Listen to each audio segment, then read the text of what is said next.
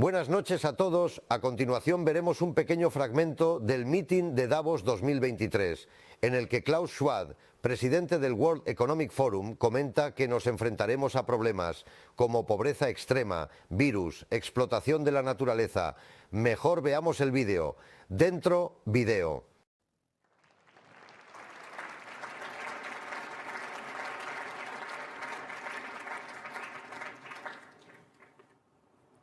Thank you, Angelic and Amen, for this musical opening of the meeting.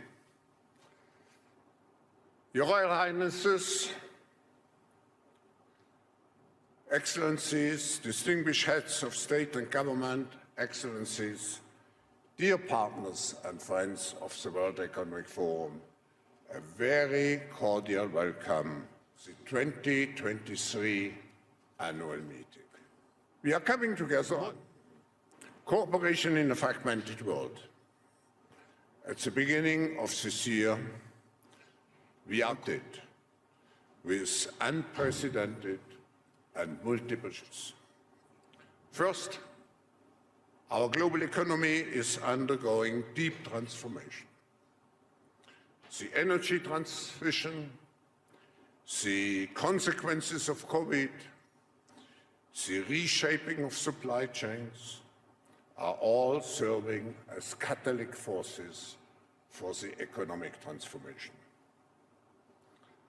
And the hotspots of this geo-economic remodeling are high inflation, increasing interest rates, and growing national debt.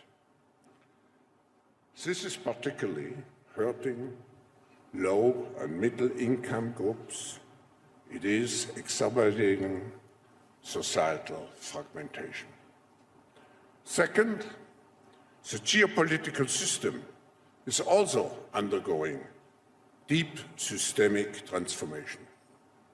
Internationally, we are moving to what some people would call a messy patchwork of powers. There are superpowers, emerging powers, middle powers, regional powers, and also large corporate and social media powers, all competing increasingly for power and influence. As a result, the train moving towards increased fragmentation and tension. Thirdly, our generation has reached a turning point, confronted by truly existential problems: climate change, exploitation of nature, nuclear possible incident, or even worse, extreme poverty and violence. All can lead to an extinction of large parts of our global population.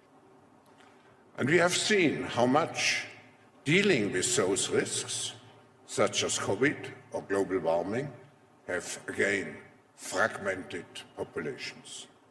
And finally, the fourth industrial revolution offers us tremendous opportunities, but at the same time, technologies as computing, quantum computing, blockchain, genetics, and so on, they also could create deep societal fragmentation.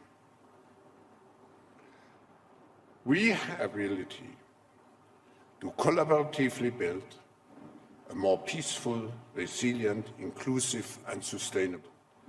But to do so, we need to overcome the most critical fragmentation. And the most critical fragmentation is between those who take a constructive attitude and those who are just bystanders, observers, and even go into the negative, critical, and confrontational attitude. But the spirit of Davos is positive, is constructive. It means investing into a greener and therefore more sustainable economy, investing into a more cohesive society, by providing everyone with the appropriate skills and opportunities, investing into the hard and soft infrastructure that modern societies require. And here in Davos, it means, despite all those challenges, it means particularly investing in the spirit and the practice of solving problems through mutual respect and cooperation. We believe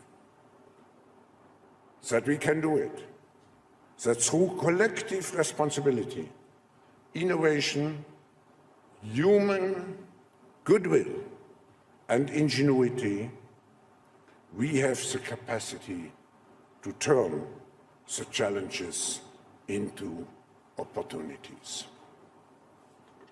Ladies and gentlemen, I have now the great pleasure and honor to introduce Alain Berset, President of the Swiss Confederation and Federal Counselor, the Federal Department of Internal Affairs.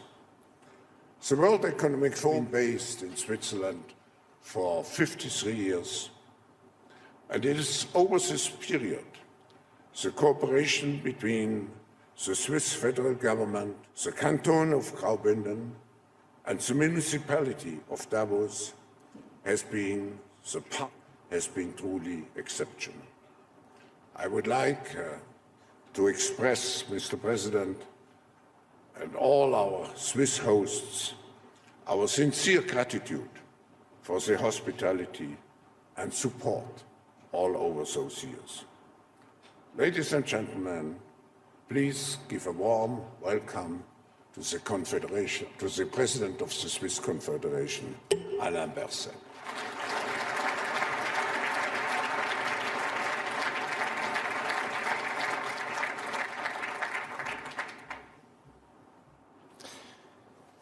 Excellencies, ladies and gentlemen, dear Professor Schwab, the post-war order is currently experiencing its greatest crisis. Russia's war of aggression on Ukraine constitutes a brutal attack on a peaceful country. But it is also a brutal attack on international law and multilateralism. The war is causing great suffering, and it is playing a decisive role on the global development of democracy. That is why the great solidarity shown by 30 countries with Ukraine is crucial. Solidarity with the people in the country, but also with those who have fled. And this aggression has come of all countries, from a member of the UN Security Council, which, and I quote from the UN Charter, bears primary responsibility for the maintenance of international peace and security. And in spite of this, or no, precisely because of this, Switzerland will make every effort to again strengthen international law and multilateralism.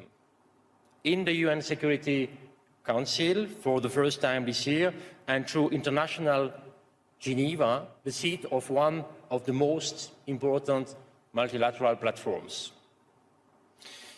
Ladies and gentlemen, excellencies, the world needs strong multilateral platforms because present-day challenges are transnational. Climate change, pandemic, war, migration, proliferation. And this annual meeting is also an important platform for global dialogue. It is a place of optimism, of can-do spirit, and this is especially so in times of crisis. When I first attended the annual meeting back in 2012, the motto was the great transformation shaping new models. And it was a call to look to the future with optimism and to have confidence in the strength of our shared values and vision.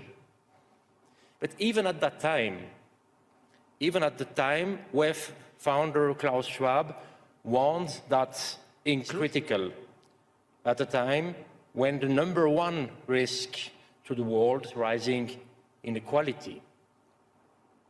And this warning has proven to be as accurate as it was far-sighted. For since then, inequality worldwide has continued to grow. The World Inequality Report 2022, which measures global wealth, income, gender, and ecological inequality, comes to the conclusion that inequality today is as great as it was 20 years ago.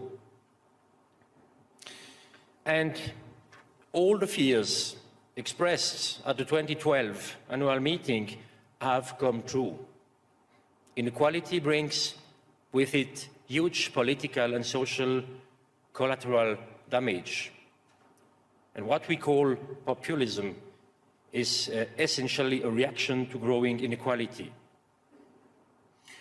We all know that extreme inequality undermines social cohesion. It creates resentment, causing us to seek scapegoats. And it is politically eating away at our faith in democracy. The number of democracies has diminished very much. According to Freedom House, around 50% of the world's population lived in democracies 10 years ago. And today, that figure is just 20%. And we find ourselves at a tipping point. Democratic institutions are being weakened. In certain places, the rule of law is under threat, even in some democratically constituted states. And the rule of law is also at risk of eroding in the international system. Business as usual is no longer an option. We must take steps to defend steadfastly the foundations that are a condition for civilized coexistence. Excellencies, ladies and gentlemen, we have given much thought, also here at the annual meeting, to efficiency and prosperity, but too little to social fairness. What applies in the domestic politics of most countries also applies in relations between states. And here too, inequality is growing at an alarming rate, and already fragile states are further weakened, first by climate change and the pandemic, and then by the war in Ukraine. Around 350 million people in 82 countries are currently at acute risk of hunger, according to the UN World Food Programme.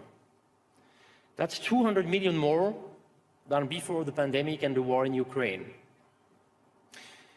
In large parts of Africa, the consequences are dramatic. Before the war, 90% of grain supplied to Eritrea and Somalia came from Russia and Ukraine. And the sharp rises in the price of fertilizer and oil have a huge impact on the continent's poorest countries, weakening them further still. The COVID pandemic also hit already fragile states hardest.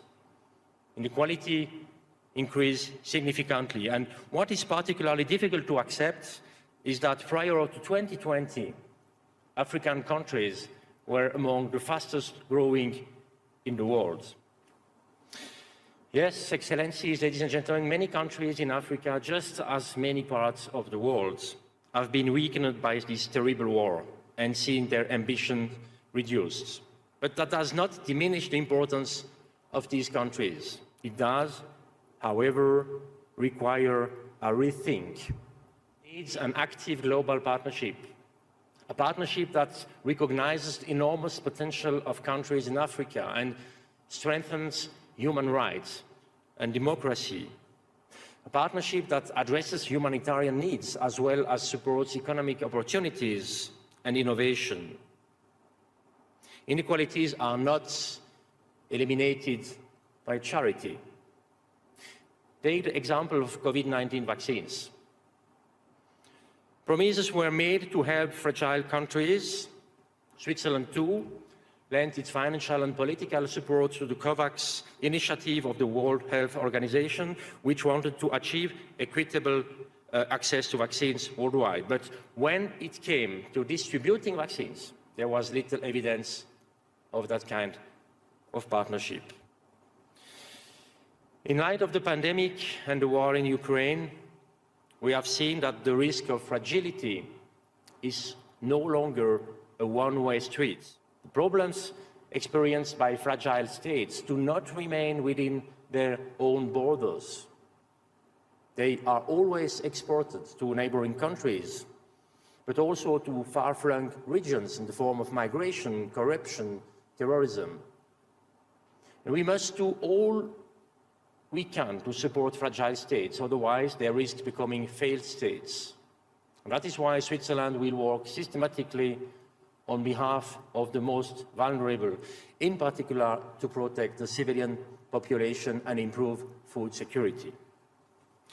Ladies and gentlemen, excellencies, fragility poses threats to all of us. That is true domestically, but it is also true internationally. Self-interests and supporting those weaker than ourselves. We have long considered these to be two different things, but now we know they are one and they are the same. Thank you very much.